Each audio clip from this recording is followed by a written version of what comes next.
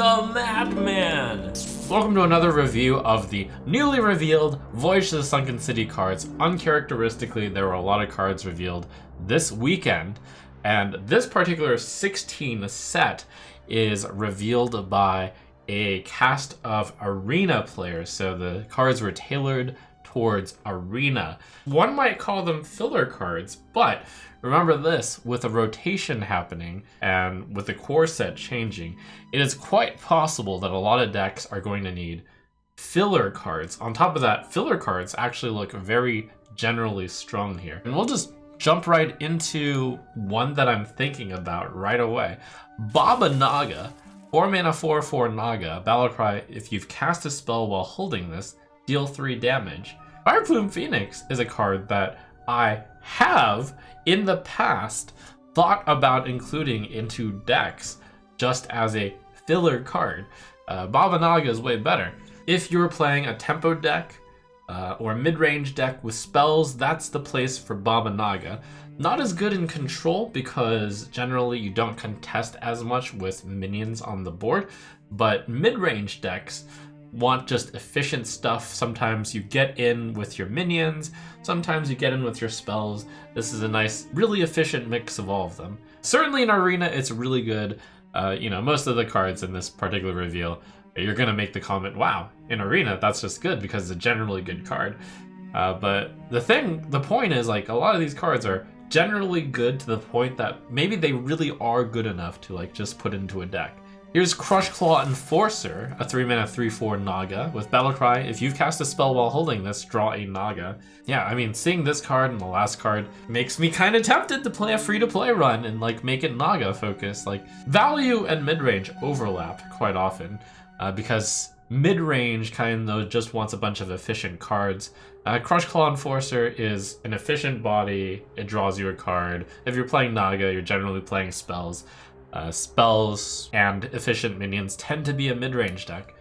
So yeah, Crush Claw Enforcer, probably a lot of decks are going to be looking for something like this. And generally, it'll be the mid-range decks. Excavation Specialists, 4 mana 3/6, Battlecry Dredge, reduce its cost by 1. This is another vanilla-ish way of dredging. These cards, I think, are not good enough, even if you have a good card to put on the bottom. This is not the way to get it.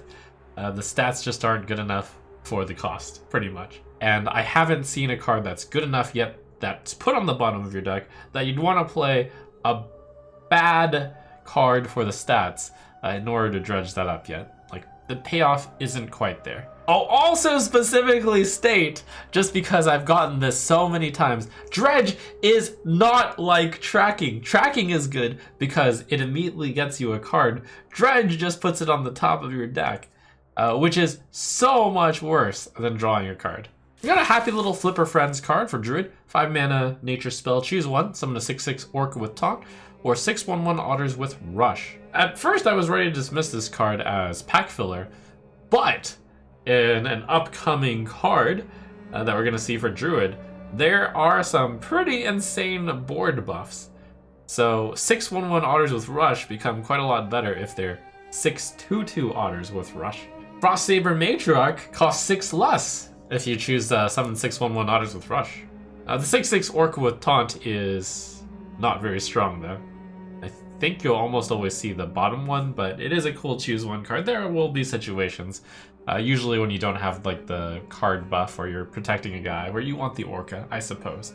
For Demon Hunter, you got Multi-Strike, 1 mana Fell spell. Give your hero +2 attack this turn. They may attack an additional enemy minion. Hey, this is an actual really strong card that snuck its way into the Arena reveal. This seems like a really, really good card for that Jace deck. And also, it's just a generally strong card. If you play it for 1 mana, it's like a Cleave, because you can deal 2 damage to 2 minions. If you use this and then you press your hero power, it's like a 2 mana multi-shot because you can deal 3 damage to 2 minions. And of course, you can also hit the face and then hit a minion. I'm not entirely sure if you can hit a taunt and then hit the face yet. I think not, but it's ambiguously worded enough that you might be able to. I don't know. But point is, it's a really efficient card. Fully expecting it to show up in the Fell Demon Hunter deck, and generally good card. For a Hunter, you got Twin Bow Terror Coil, 4 mana 4/4 Naga. Battlecry, if you've cast a spell while holding this, your next spell casts twice. Wow, doubling a spell effect on a minion with like quite decent stats. So you're not giving up that much in order to double cast a spell. Your next spell casting twice, like you'd want that to be a really big effect. So could theoretically fit into a Control Hunter, which had a really big spell that you wanted to copy with Twin Bow Terror Coil. By the way, you can do a setup play. You can play the Terror Coil first, and then the next turn you can play your big spell that'll cast twice. But you could see it in a mid-range deck with spells and with Naga because it's got decent stats and the effect that it has is quite big. You could even put in a face deck. Face decks have quite a lot of spells. Even copying something as simple as Aimed Shot, that deals a lot of damage to your face. We'll have to see the base set, what cool spells you get.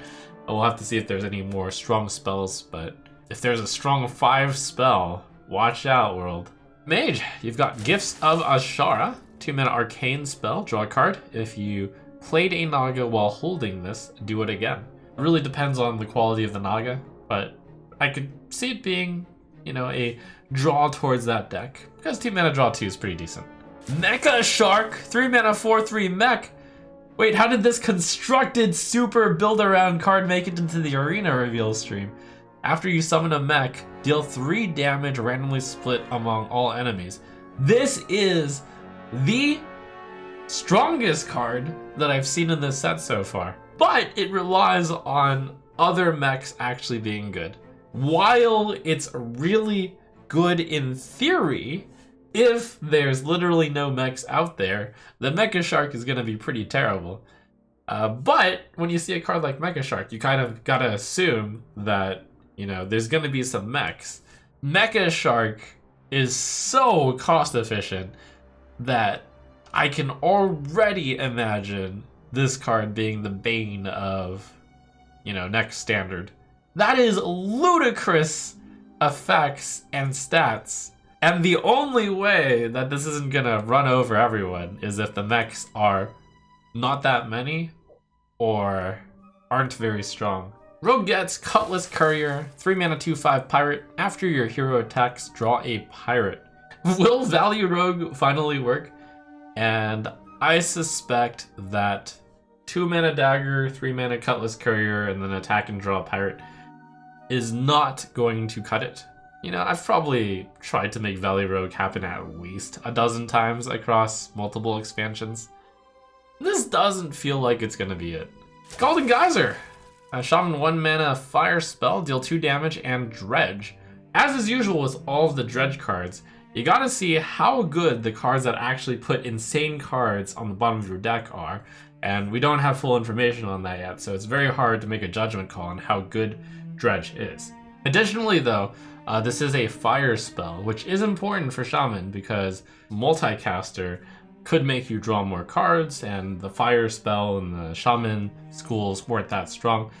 Furthermore, in upcoming card review, you're gonna see a Shaman card that's gonna like having multiple schools of cast. Piranha Poacher, 3 mana 2/5 Murloc for Shaman. At the end of your turn, add a 1/1 Piranha Swarmer to your hand. Take a moment to look at the Piranha Swarmer as well, which is actually a card that you could put into your deck if you wanted to, not just the collectible card. Piranha Swarmer is a 1 mana 1/1 rush after you summon a Piranha Swarmer, gain +1 attack. Boy, do I not think a value Murloc is going to work out. I don't know, too slow value. Murlocs tend to not have good value properties. Piranha Swarmer, you know, this is not a good card. It's a 1 mana 1/1 rush. And if you line it up perfectly, and you somehow thought putting Piranha Swarmer and Piranha Poacher into your deck was a good idea, sometimes you'll line it up that you can play 2 1 mana 2/1s at the same time. Yay. The Piranha Swarmers, by the way, are multiple colors. So you have that going for you. You'll look really cool. Seafloor Savior for Paladin, 2 mana 2/2 mech, Battlecry, dredge. If it's a minion, give it this minion's attack and health. So that's a dredge card that could just be good standalone, but it gets even better if you manage to buff the Savior because if you buff the savior, you buff the card that you're dredging up even more. Good for the hand buff archetype, but potentially good enough to just see play in a general tempo deck. Immortalized in Stone, 7 mana, summon a 1/2, 2/4, and 4/8 Sea Guardian with Taunt and a Holy Spell, which is useful for all the other Holy Synergy dependent cards in Paladin that were printing this set. If you add up all the stats, it's 14 total health of Taunt, and it's 7 total attack, so 7 mana, 7/14 worth of Taunt. So it's decent stats for the cost, but you know, a 7 mana, 7/14 Taunt isn't even necessarily that good. Split into these stat lines, I'm not entirely sure it's that good. Seems a little bit slow. It's very similar to this card, Black-Scaled Brute from Warrior, 7 mana, 5/6 Naga, Taunt, Battlecry. If you have a weapon equipped, summon a 5/6 Naga with Rush. This is great stats for the cost. It's a 10-12 worth of stats for 7 mana. Back in my day, you used to have to run a Cthulhu deck in order to run the Twin Emperors, which were 7 mana for 2 4/6s with Taunt. Now, all you have to do is have a weapon equipped, which is like pretty much a gimme on turn 7. But the game has, gotten stronger cards, and 7 mana for 10-12 worth of stats just isn't what it used to be. At some point, the stats get good enough that you really want to put the card into your deck, such as Troublemaker. And Troublemaker is rotating out. But the fact that Troublemaker didn't see that much play is an example of how Black-Scaled Brute may similarly look like it has a lot of stats, but just not be good enough. Finally, for Priest, we got this really cool card. Switcheroo! 3 mana, draw 2 minions, swap their stats. With Palm Reading rotating out for Priest, Switcheroo could certainly be a well-needed card draw for Priest, and since it's Priest gets the weird card draw. You know what's better than drawing 2 cards? Drawing 1 really good card and 1 really bad card. That actually tends to be better than drawing 2 cards, because you really want to play the good card first, and then maybe your opponent can't deal with it because the card is so good. You could have like a 1 mana 5/6, or you could have a 1 mana 12/12, or if you're playing Wild, you could have a 1 mana 20/20 with Charge. But the point is, this could be just generally good as 3 mana draw 2, and the tutors for minions even. But it could also be an excellent meme where you have low cost minions and you have really good statted minions, and then you just hope that you switcheroo them, and then you play the low cost minion with high stats, and then your opponent can't deal with it. So, the good old switcheroo. I could see it in quite a lot of possibilities. Needless to say, pretty much all of these cards look really strong for Arena, but there's quite a lot of gems out there for Constructed as well. And the baseline for like the Naga and generally good cards really make 1, a free-to-play deck like a lot more likely, and 2, you got to see a lot of the foundations for cards that you can expect a base level of power level for decks, and these cards show it. I think the base level of the cards is quite high here, and then the question is, can you combine these cards together with Present and other cards from this expansion to create something that is better than a generally strong deck? And the answer is going to be yes, and those are going to be the best decks. But we can see what a generally good deck is going to look like with these cards, and it looks pretty good.